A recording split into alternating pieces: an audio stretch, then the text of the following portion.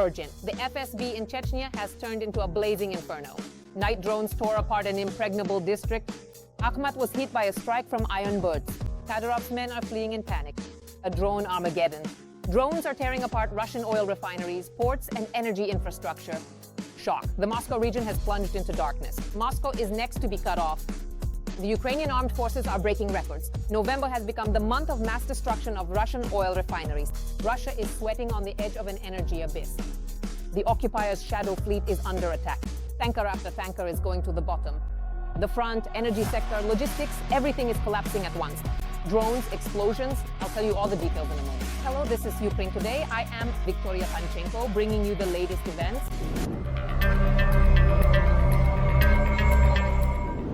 Hell is tearing through Chechnya. Night drones turned the local FSB into a blazing torch. Media reports say the FSB building went up like a match after a precise strike by the iron birds. Local residents report in chats that as a result of the drone attack on Chechnya last night, the FSB building in the Achkoy Martin district was damaged. There have been no official comments, however. The Ministry of Defense reported shooting down 4 drones over Chechnya. The Telegram channel Supernova Plus is blowing up the information space. A video of the attack on Gudermes has been leaked online. Drones are targeting Akhmat. According to the channel, the target was the positions of the Kadyrov regiment.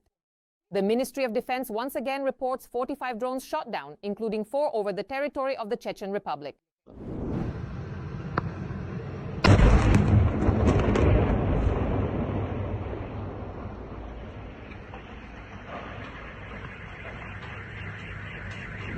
Tuapse in Russia is under fire again. Drones struck the oil refinery and the port. The city was shaken by powerful explosions. Eyewitnesses claim that at first drones were circling in the sky, then there was a sharp rumble, and this happened several times.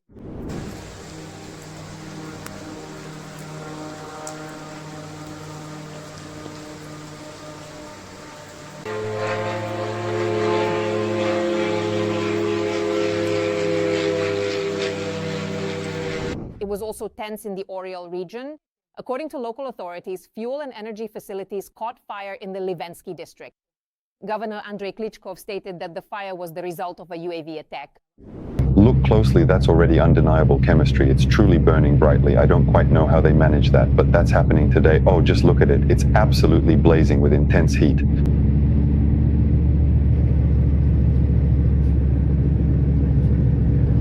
Ukraine is setting a record. November is the month of total destruction of Russian oil refineries. The armed forces of Ukraine have carried out at least 14 more strikes on Russian oil refineries. This is an absolute record.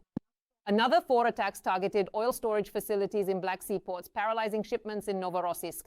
Analysts are already recording a drop in processing to about 5 million barrels. And this is far from the limit of the collapse. It finally happened. The Moscow suburbs were plunged into darkness. The power suddenly went out in Ramenskoye. People are being told it's due to emergency repairs. Dozens of buildings are without power.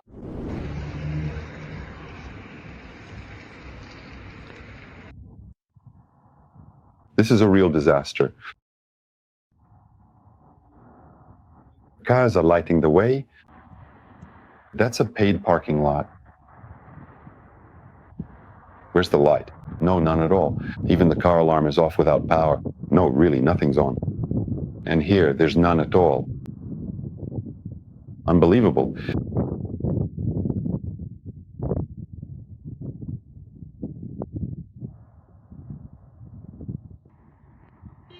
I don't understand anything at all.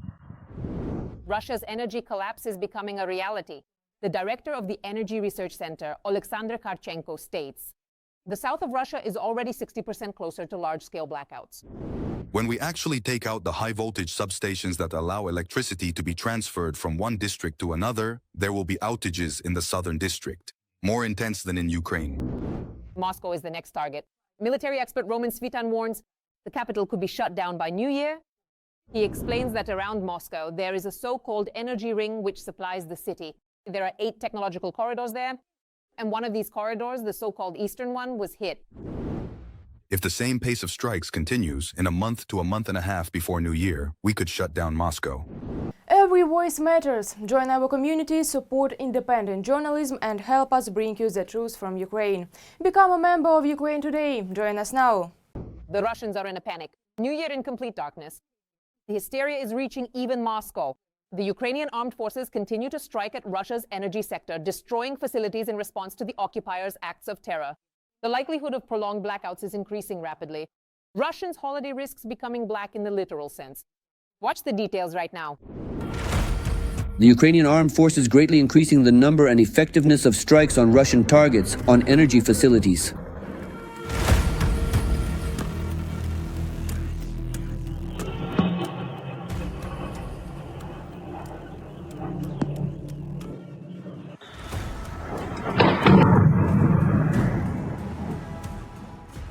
The actions of the armed forces are a response to the ongoing attacks on Ukraine's civilian and critical infrastructure.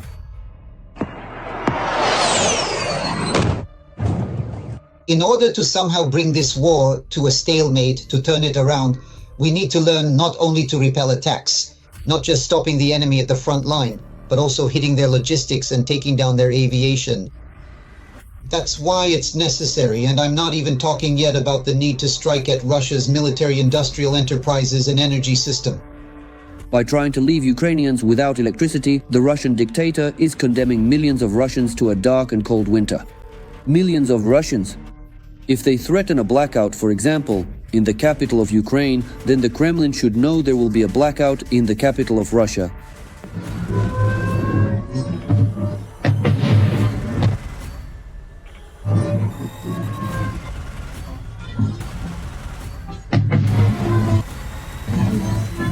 This is Belgorod. There's no electricity anywhere in Belgorod at all. Since the beginning of November, Ukraine has carried out dozens of strikes on Russian electrical substations. Long-range drones are cutting off power in occupied Donetsk and the Crimean Peninsula.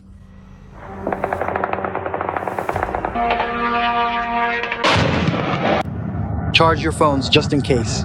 They decided to cut off our electricity everywhere. I've already lost count after more than 30.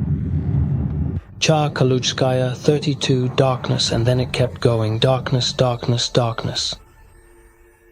And cruise missiles and attack drones are introducing millions of residents in the European part of Russia, including Moscow and the Moscow region, to the realities of blackouts.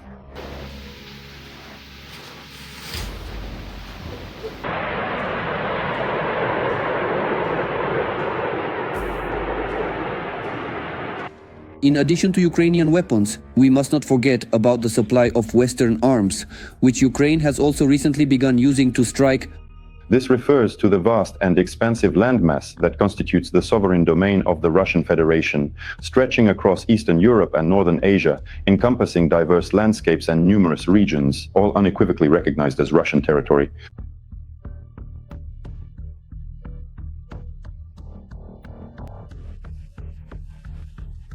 Specifically, the modernized version of the S-200 surface-to-air missile system.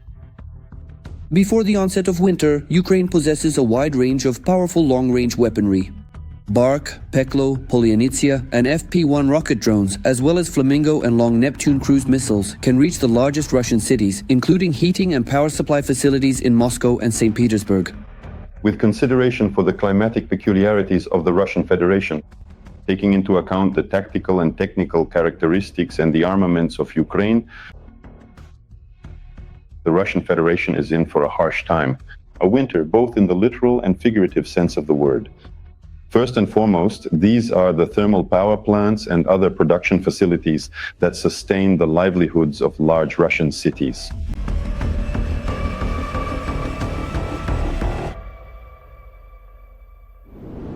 A devastating strike by the armed forces of Ukraine near Berdiansk has shattered Akhmat into pieces.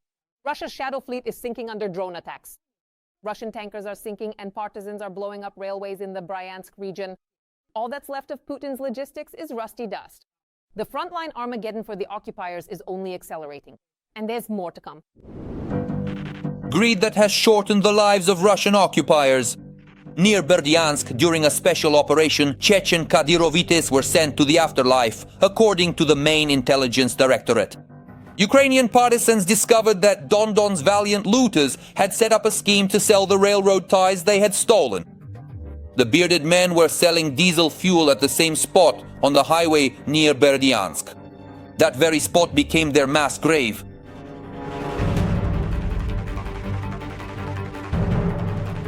As a result of a precise strike by the main intelligence directorate, 2 vehicles used by the Akhmat fighters were successfully hit.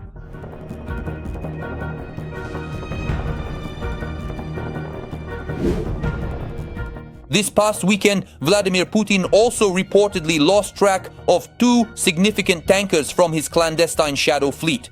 These vessels were already under stringent international sanctions for their direct involvement in the illicit transportation of Russian oil and were subsequently attacked in the Black Sea by advanced Ukrainian drones.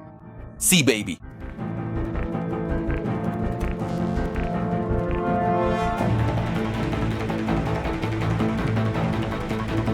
With Ukrainian drones encountered the Kairos tanker and the Verat.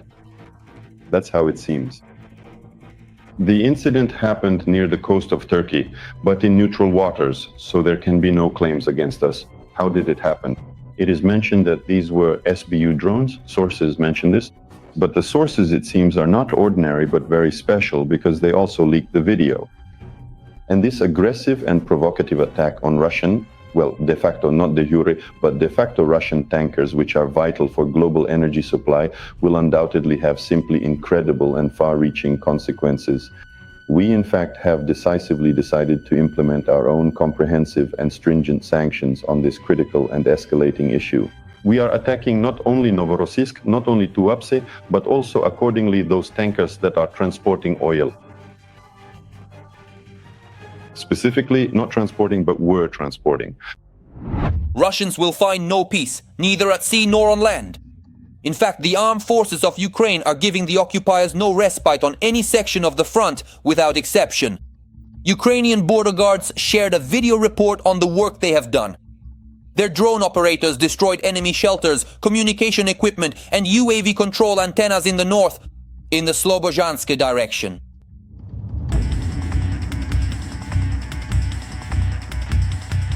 As a result, the enemy in this area has effectively lost its eyes and ears and is temporarily unable to conduct full-scale combat operations. This situation is no better for the enemy in their own rear. There, on the outskirts of the village of Mokra, which is in the Belgorod region, our MiG-29 fighter from the Ghost of Kyiv unit delivered a high-precision strike on the occupiers' command post.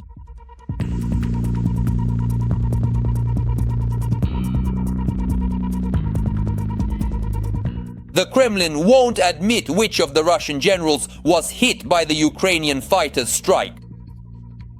Ukrainian intelligence hints that, as a result of the raid, the Russian army may be missing several high-ranking military bigwigs at once.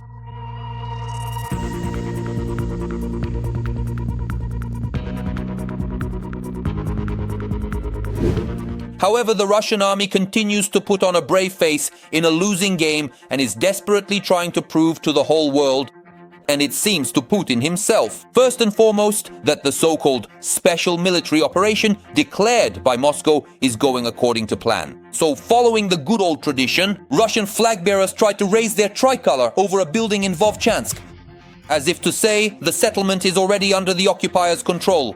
But unfortunately for them, a Ukrainian drone disagreed.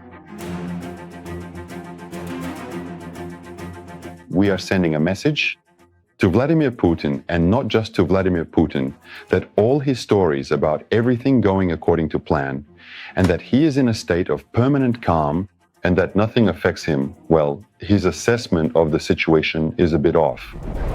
And here are unique shots from a Ukrainian unmanned ground vehicle. Equipped with an M2 Browning machine gun, it encountered Russian armored vehicles on the road in the middle of the night.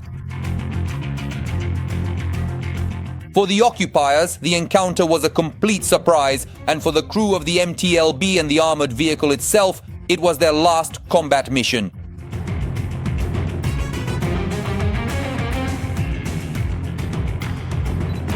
They were left not only without equipment, but also without the means to transport it. Even in the rear, Russian occupiers can only dream of peace and quiet. And it's all thanks to concerned partisans. They recently carried out a successful sabotage operation in Bryansk, delivering a precise strike against enemy railway logistics. As a result, the electric locomotive used by the Russian army to transport military cargo was turned into a pile of scrap metal, creating significant supply problems for the occupying front. The schedules for trains carrying ammunition, equipment, and fuel intended for dispatch to the front line in the Sumy direction were disrupted. Overall, in the past day alone, the Russians lost at least 5 tanks, 7 artillery systems, 2 multiple rocket launchers, as well as another 1,000 soldiers. Russians, a big hello to you.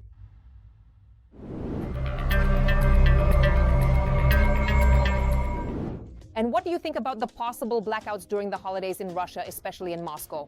We look forward to your comments. There's more to come. Stay up to date with the main news and don't forget to like. Wishing you peaceful skies above.